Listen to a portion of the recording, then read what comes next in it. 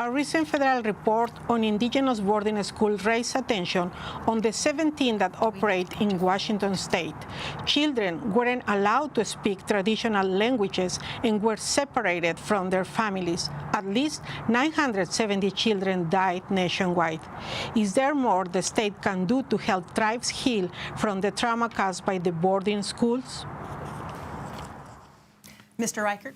Absolutely. I would look forward to working with the tribes and making those safe places for our children and the families of our Indigenous community members. Mr. Ferguson? Great. And I'm sorry, I have a minute 15 for this. Great. Okay, just want to make sure.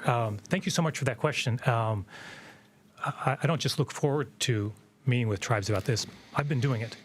My team is actually putting together a group to address this specific issue, working with tribal leaders and tribal members all across the state. What has gone on with boarding schools in our state, just like in other states, is a true tragedy. And I've heard that loud and clear from tribal leaders and tribal members as I've met all across the state with every tribal council all across the state. I'm proud that I'm the only candidate running for governor that's actually endorsed by tribe, more than dozens. I might also add, this issue is critically important. We're going to follow up on it. But also an issue that impacts tribes disproportionately is the issue of missing and murdered Indigenous women.